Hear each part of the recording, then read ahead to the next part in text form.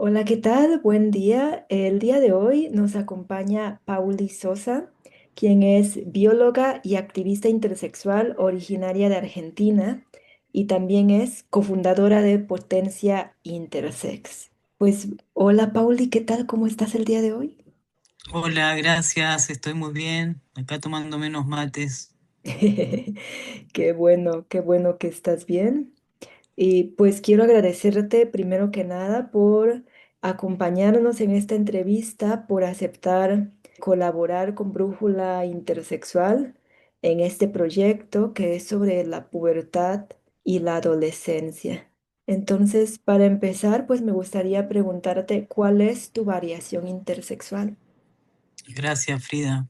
Primero que nada, gracias a Brújula también por invitarme a este espacio y gracias a vos por recibirme en esta entrevista. Mi variación intersex tiene que ver con una producción excesiva de andrógenos. Se la conoce como hiperplasia suprarrenal congénita y en mi caso no tiene que ver con la pérdida de sal. Se le suele denominar también virilizante simple, lo que me resulta bastante paradójico, pero si pensamos en términos de diagnóstico médico, mi variación sería una hiperplasia suprarrenal congénita virilizante simple. Ok, muy bien, muchas gracias. Fíjate que yo también tengo hiperplasia suprarrenal congénita virilizante simple. Bueno, en mi caso, yo no conocí la palabra intersexual desde pequeña, sino que hasta que empecé a investigar, tampoco venía como en un diagnóstico médico. Y pues quiero preguntarte, ¿tú cómo llegaste a la palabra intersex? Al igual que muchas personas intersex, estuve en un momento de mi vida muy interesada en encontrar personas que hubieran atravesado una experiencia similar a la mía y entonces busqué a través de la terminología de la variación, a través de la variación o de la mirada patologizante y me encontré con bastantes discursos horrorizantes en el orden de algo que yo llamo la retórica del horror, que es hablar de las personas intersex de modos peyorativos. Y pude conectar recién con la idea de la intersexualidad después de meterme a un grupo que se llamaba, que creo que todavía existe, que se llama Vivir con Hiperplasia Suprarrenal Congénita. Había estado intentando en otros espacios similares encontrar personas y me encontraba con la repetición de esos discursos médicos, sobre todo en relación a lo virilizante como algo negativo, como algo que había que eliminar, como algo que no debía existir para los cuerpos asignados al género femenino, hasta que por fin en este grupo hice un comentario que no fue anulado ni fue agredido, que era algo de lo que me solía pasar en otros espacios en donde buscaba a través de la variación. Y alguien me puso un corazón y me contestó al privado que también era una persona con esa variación y que tenía razón, que las prácticas o los tratamientos que nos habían sido inscriptos en la piel eran muy destructivos y que tenían consecuencias negativas para nuestras vidas. Y esta misma persona me dijo, vos sos una persona intersexual. Y yo me quedé como varios tiempos con esa idea sin poder contestarle. De hecho, esta persona me dijo, cuando quieras podemos hablar y charlar sobre tu experiencia. Y esa persona era Laura Inter, que manejaba ese espacio, lo que me dio mucha alegría después, porque tardé como un año en contestarle y en ese año que tardé en contestarle, como parte de los procesos reivindicativos que hacemos las personas intersex con nuestras propias experiencias, tuvo que ver con poder internalizar la idea de la intersexualidad como algo que yo habitaba y de alguna manera empezar a construir un discurso que me saque de ese lugar de persona con una enfermedad rara del orden del uno en un millón, que nunca iba a encontrar a otra persona con una experiencia similar, a encontrarme con la idea de la intersexualidad como una manera de describir una existencia política más allá de una terminología patológica, sino más bien la idea de la intersexualidad como grupo humano que se para desde los derechos humanos para señalar que ciertas prácticas sin consentimiento plenamente informado en nuestras infancias están mal y hay que tratar de generar cambios en la sociedad para que esas prácticas dejen de hacerse en niños, ya que habían sido y son muy destructivas para nuestra vida. Creo que me abrió mucho la cabeza poder entender que yo era intersex más allá de la variación patologizante. Sí, claro que si vieras que, pues pasar de ser descrita, descrito, descrite, en términos médicos, en términos de la patología, pasar de eso a emplear una palabra que proporciona una visión totalmente distinta, que rompe aquello que antes conocíamos o aquello en lo que, por así decirlo, nos categorizábamos, es algo que nos abre muchas puertas, nos Ujú, cambia la perspectiva de nosotros mismos y yo la verdad siento que es algo bastante sanador, al menos yo lo ujú. viví de esa manera. Y bueno, Revelador. sí, revelador, exacto. Ujú. Es como un clic, ¿viste? Como un clic, algo que dice, ah, es Sí, algo que nos da potencia para integrar nuestra experiencia también. claro que sí. Bueno, y ahora tú mencionas la palabra potencia. Bueno, ¿cómo fue que decidiste fundar Potencia Intersex? Potencia Intersex es un espacio que fue creado por 4 personas, personas que en ese momento nos identificábamos como femenidades diversas y como que fue el desenlace de un camino anterior que tenía que ver con la Argentina como lugar de origen de feminismos muy combativos y muy potentes y con mi experiencia o con mi identidad lésbica ya había recorrido distintos espacios de esos feminismos. O sea, la Argentina tiene un espacio que se llama Encuentro Plurinacional de Mujeres, que este año va a llevar sus 40 encuentros. Es un espacio muy importante en el que yo había transitado primero como activista en relación a los derechos de las comunidades indígenas y luego como activista lesbiana, y en el camino ir descubriendo distintas palabras y maneras de nombrarme para sacar mi experiencia de los términos patologizantes y fui descubriendo pilares discursivos que me ayudaron a entender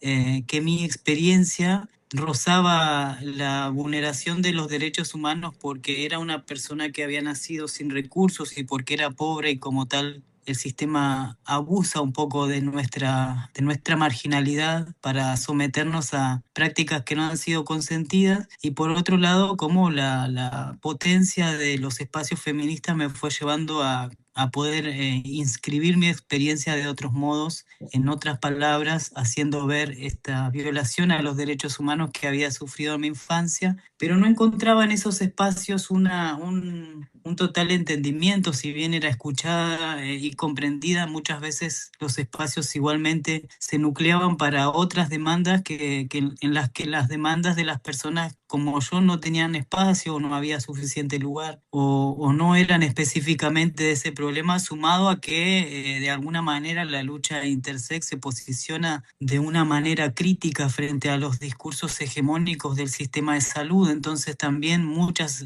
personas de los espacios feministas y de espacios transfeministas, intertransfeministas, habitan los espacios de salud, entonces como también poder de alguna manera tener una intencionalidad de poner en jaque un sistema que es hegemónico podía generar y en sí mismo generaba como cierta entendimiento de la experiencia, pero como no una comprensión total como para ser parte de los discursos políticos que se enfrentaban al patriarcado, ¿no? Por decirlo de alguna manera. Y entonces para el año 2019, yo ya habiendo conocido a Laura y estando en contacto con personas intersex de distintos espacios, se dio la oportunidad de empezar a pulsar o empezar a pechar o empezar a discutir la posibilidad de que dentro de ese espacio tan gigante como son los encuentros plurinacionales de mujeres pudiera existir un taller en el que hablen las personas que eran intersexuales, indistintamente de cómo habíamos sido designadas al momento de nacer. Y eso generó como cierta repercusión porque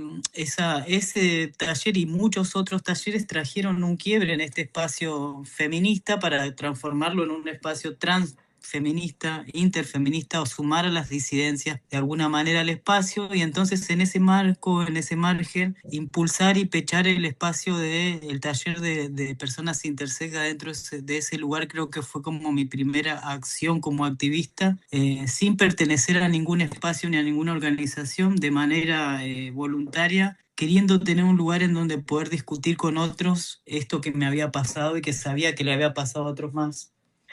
Y entonces de este espacio ocurrió, o sea, terminó siendo una realidad que impulsamos entre varias personas, incluso con el apoyo de Laura en la corrección de los textos, en el acompañamiento como más discursivo de la lucha. Y para el año 2020 apareció en Argentina una actividad que nos invitó Mauro Cabral, que es el encuentro de personas intersex de Latinoamérica y el Caribe. Y en ese espacio, las personas que habíamos impulsado este taller el año anterior, sentimos que era momento de tener nuestro propio espacio político, por decirlo de alguna manera, porque veíamos que habían varias organizaciones en Argentina y que el hecho de no estar organizadas un poco nos dejaba fuera de las discusiones o más que nada de las acciones, ¿no? En sí misma. Y el hecho de nosotras de haber sido como un espacio feminista y que en el que nos reconocíamos mujeres diversas o más que mujeres, femenidades alternas, por decirlo de alguna manera, decidimos que estaba bueno, que estaría bueno poder formar un espacio en donde tener esas discusiones en relación a nuestra experiencia y a los recorridos que traíamos en los distintos feminismos de Argentina. Y entonces a partir del año 2020, después del evento este que fue de mucha repercusión para todas nosotras, porque conocimos que había un activismo internacional, que habían organizaciones como Brújula, pero también otras acá, pero también otras en Centroamérica, como Mulavi, bueno, en el deseo de formar parte de las narrativas o de las contranarrativas que habían sido inscritas en nuestros cuerpos intersex, ya que todas las personas que estábamos en ese momento y que decidimos formar Potencia éramos personas que habíamos sido intervenidas y habíamos sobrevivido a las prácticas horrorizantes. Entonces en el año 2020 decidimos que íbamos a armar nuestra propia organización y que se iba a llamar Potencia Intersex. Potencia porque queríamos que alguna de las palabras que formaban parte del nombre tuvieran como un peso y una intencionalidad positiva, por decirlo de alguna manera. Entonces fue Potencia y fue Potencia Intersect desde el primer momento. Tuvimos todo un año juntándonos todas las semanas, pleno a pandemia, o sea, terminamos de armar la organización y arrancó la pandemia. Y nos dimos cuenta que era como algo que nos había hecho sanar un montón, todas las semanas encontrarnos a contar nuestras historias que eran bien distintas porque tenemos variaciones bien diferentes, nos hizo entender que había algo que era como una columna vertebral de nuestras experiencias y que era toda la humillación y avasallamiento y violencias que habíamos sufrido en el sistema médico a pesar de tener variaciones distintas. Así que a partir de ahí comenzó un recorrido que ya hoy está llegando casi a los 7 años, con distintos cambios en el camino, porque también para mantenernos en el tiempo y para mantenernos activos tuvimos que ir haciendo cambios y de alguna manera lo que intentamos es formar un espacio que la marca sea el espacio en sí mismo y no representaciones individuales únicamente, que es como una tendencia de nuestros activismos en Latinoamérica, poder tener una organización que si nosotros no estamos se pueda seguir sosteniendo en el tiempo y pueda seguir existiendo como otras nuevas personas intersex que vayan llegando a sostener el espacio, ¿no? Sí, claro. Vieras que es bastante importante la creación de estos espacios, sobre todo porque las personas con variaciones intersex, pues comúnmente nos sentimos como muy solas, sobre todo cuando comenzamos a descubrir la diferencia o cuando las variaciones intersex, pues son perceptibles a simple vista. Y entonces cuando inician los señalamientos, inician muchas cosas, entonces inician preguntas de, bueno, ¿quién soy yo realmente? Inicia la confusión y la verdad. Pues estos espacios nos ayudan bastante, no solo a conocer a otras personas, no solo en el acompañamiento, sino también yo pienso que a reencontrarnos con nosotros mismos, que es algo bastante importante. Y con todo esto, Pauli, me gustaría preguntarte, ¿cómo fue tu pubertad? ¿Tú Es recuerdas una, más o menos a qué edad la empezaste? es una gran pregunta, ¿no?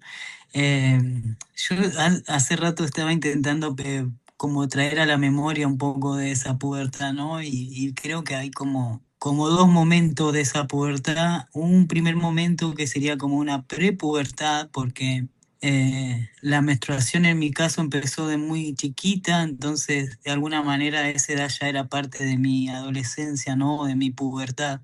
Sin entender mucho sobre mi cuerpo, con la claridad latente de toda la vida de saber que habitaba un cuerpo distinto, de toda la vida saber que mi cuerpo era diferente que el de los demás y que muchas del por ahí no comprendiendo con las herramientas que hoy tengo, pero sí siempre supe que era diferente y que algo en mí era distinto al resto. Y cuando empezó la pubertad, creo que algo de una infancia hasta ese momento que había ido formando, fortaleciéndose en mi interior, un poco se desvaneció porque la menstruación lo que hizo en mí y muchas veces hace en las personas y cómo lo toma la sociedad es como el cambio de una etapa, el momento en donde una etapa termina y empieza otra, y todo lo cultural que tenemos asumido alrededor de ese cambio también impacta de alguna manera. Yo hasta esa edad era una persona mucho, jugaba mucho en la calle, tenía muchos amiguitos, nenes, me gustaba, no sé, andar con la gomera en el campo, con los pajaritos, siguiendo hormigas, como ese estilo, y de repente tuve que pasar a ser una señorita. Y no estaba preparada para ese cambio y mucho menos para lo que se exige de que seamos señoritas, ¿no? Y yo siempre fui una persona muy masculina, o sea, a mí me gustaba la ropa de mi hermano, prefería la ropa de varones, las camisas o la ropa holgada, un poco también por la incomodidad de la infancia, de haber plantado sobre mi propio cuerpo la idea de que algo estaba mal, entonces mientras menos se notara de ese cuerpo mejor, y otro poco impulsado por ya una, no sé, una chonguez en mi infancia, una lesbianita ahí que estaba surgiendo también como el deseo de una proyección más masculina siempre. Pero a partir de la menstruación también cambiaron no solo la percepción de mi familia, por ejemplo, de mi entorno, sino también de la mirada médica, que se volvió como más insistente en cuestiones asociadas a lo que hoy pienso que es la virilización. Mientras más voz gruesa o con un tono de voz más grave, una mayor insistencia en la medicación. Mientras más vello en el cuerpo o en tales partes del cuerpo, bueno, mayor insistencia, o sea, subir la dosis de la medicación. Mientras más musculatura que tuviera, o sea, encima siempre me gustó mucho hacer deporte, el desarrollo muscular era algo negativo para la mirada médica, entonces más medicación, lo que me terminó llevando en la edad de la adolescencia, como a los 15 16 años, a un estadio que es de Cushing, que es cuando te sobremedican y entonces ya pasás de tener un cuerpo con hiperplasia que produce poco cortisol a tener un cuerpo con hiperplasia sobremedicado de cortisol que se lleva como a otro cuadro clínico que es el Cushing. Y creo que esa fue mi etapa más dura como adolescente porque tenía esa edad y no parecía un adolescente, parecía alguien que está afectado por una enfermedad como el Cushing, que es como mucha inflamación, cara de luna llena, se llama toda la cara súper redonda, una joroba, una joroba dorsal acá arriba, o sea, como un cuerpo que no reconocía del todo mío y encima una edad en la que se espera ciertas cosas de los cuerpos adolescentes, ¿no? No por algo son como modelo hegemónico de belleza, está centrado en el cuerpo de las adolescentes. Entonces una adolescencia así, como pasar de un estado como de chonguez o de nena lesbianita a un estado de señora grande con problemas de hormonas, digamos, porque Súper. tanto abuso y a la vez en el medio de eso la intencionalidad del sistema médico de volverme a hacer una cirugía en relación a esa experiencia feminizante que parece que está centrada en la capacidad de ser penetrada y de tener una vida heterosexual plena sin preguntarnos absolutamente nada de eso. En mi caso, por suerte, pude decir que no a esa segunda cirugía, que fue y se intentó hacer a los 13 años, una vaginoplastia. Yo pude decir que no a esa cirugía y de alguna manera fue ahí como el gran corte que hice con el sistema médico. A partir de poder decir que no, también pude decir que no a no ir más al médico, no tener revisaciones frecuentes, tocamientos frecuentes en mis genitales. O sea, a partir de ahí fue un no a todo el sistema que con el tiempo también es un problema porque ya de grande necesitamos ir al médico y tenemos como ciertos filtros que trabajar antes de poder hacerlo. Así que fue una pubertad como bastante ahí, con bastantes idas y venidas, momentos de mucho bienestar y a la vez momentos de mucha incomodidad. Y bueno, y con mi entorno también, sufrir discriminación, primero por parecer un varón o la idea de la virilidad como algo negativo en la sociedad en general cuando te asignan femenino. Y después con problemas de salud grave o serios, hasta poder revertir, digamos, todo el efecto de esa sobremedicación, pasaron muchos años y creo que ahí fue mi pubertad, como aprender a sobrevivir en la discriminación también, porque el tiempo en el que más se valora a nuestros cuerpos como ideales, ¿no? Así que ahí Sí. fue mi pubertad. Oye, pues qué difícil, la verdad, porque a esas edades, pues de por sí las personas pasan por un mar de emociones, un mar de hormonas que causan muchas cosas, no solo en el cuerpo, también a nivel mental, también a nivel emocional. Y entonces pasar por todo este tipo de situaciones de verdad suena y es pues bastante difícil. Y, o sea, ¿tú recuerdas cómo lidiaste tú con todo eso? ¿Cómo le hiciste para poder sobreponerte a eso? Porque la verdad es un proceso bastante difícil. Es bastante difícil, sí, la verdad que sí. Yo creo que en el momento en que fui transitando las distintas etapas no tuve tanta conciencia de ninguna de las cosas, solo sobrevivir, ¿no? Sobre todo por venir también de una familia carenciada, vivir en un pueblito muy chiquito en donde las diferencias a veces son más evidentes. Medio que sobreviví a esas etapas. De algunas etapas de la vida no quedan registros, que son como modos de sobrevivir al trauma, que no haya recuerdos o que los recuerdos no sean claros. En algún momento de mi adultez, con mucha terapia, porque ya entrada a la adultez y entendiendo que yo era una persona intersex y que las experiencias que me había tocado vivir eran experiencias muy traumáticas y que tenía que trabajar algo de eso para mi bienestar personal y mi mejora de la salud mental, empecé a ir a terapia y a trabajar distintos momentos en terapia y en algunos momentos hice ejercicios para recordar y la verdad que los recuerdos son re difíciles y re duros y ahí entendí por qué no tenía tantos recuerdos, y entendí también que esa estrategia era parte de sobrellevar los distintos traumas, que me había tocado vivir, sumado a la pobreza, la marginalidad, que son como condimentos que hacen más difíciles todavía nuestras experiencias que ya son traumáticas. Así que creo que de muy grande entendí cómo sobreviví. No sé si tengo claro una respuesta de cómo hice para vivir. Solo viví, solo sobreviví. Como mucho tiempo después entendí que parte de poder superar los traumas en las infancias y adolescencias que tenemos los seres humanos es como, bueno, olvidar o dejar una parte que ha sido muy difícil y muy dura, medio como en un espacio en blanco, ¿no? No sé si tengo claridad cómo sobreviví, lo que tengo claridad es cómo de grande lo pude procesar, a toda la experiencia y la volví un motor de cambio en mi vida, no algo que me restara o que me arrastrara hacia el pasado con malestar, sino más bien algo que me impulse hacia adelante, pensando cómo volver esa experiencia un motor de impulso, algo que te ayude a salir adelante, ¿no? Claro, es como el combustible para salir adelante.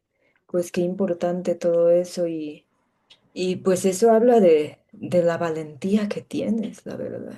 Mm. Porque es bastante difícil salir adelante, sobreponerse a las dificultades de la vida. Entonces siempre hay que buscar manera y la verdad, hay que buscar muchas veces la fuerza, porque a veces sentimos que no tenemos esa fuerza.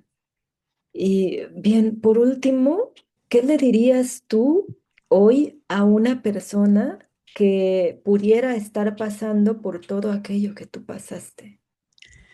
Yo le diría que respire tranquilo, que hay una luz al final del túnel, que intente enmarcar su experiencia, en un todo y no que se quede con lo más personal y también como que en ese todo, de alguna manera, intentar llevarse lo más positivo y no solo lo negativo y lo doloroso, porque incluso quedarnos con lo negativo y lo doloroso nos puede enfermar aún más, puede enfermar nuestra adultez más de lo que ya puede estar enferma producto de las cirugías y las mutilaciones.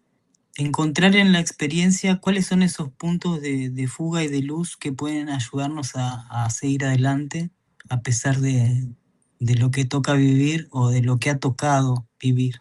Creo que también le diría que busque a otros, que se organice con esos otros, que se anime a denunciar públicamente y no necesariamente de manera jurídica o legal, sino más bien de manera discursiva, lo que le ha tocado vivir, que señale que parte o todo de eso que le ha tocado vivir no es algo que se merezca, que también puede haber y entender que nacemos en cuerpos que están sanos y que el sistema médico en su obsesión por adaptarnos nos rompe, nos lastima, nos daña, pero que eso tiene un reparo, que hay una manera de vivir libremente con nuestra corporalidad, que primero tenemos que aceptar nosotros y nosotras nuestra propia realidad, aprender a querernos y amarnos con nuestras diferencias, algo que no nos han enseñado, y también como organizarse con otros, encontrar a otros iguales o los que sientan como algo de igualdad en lo que les atraviesa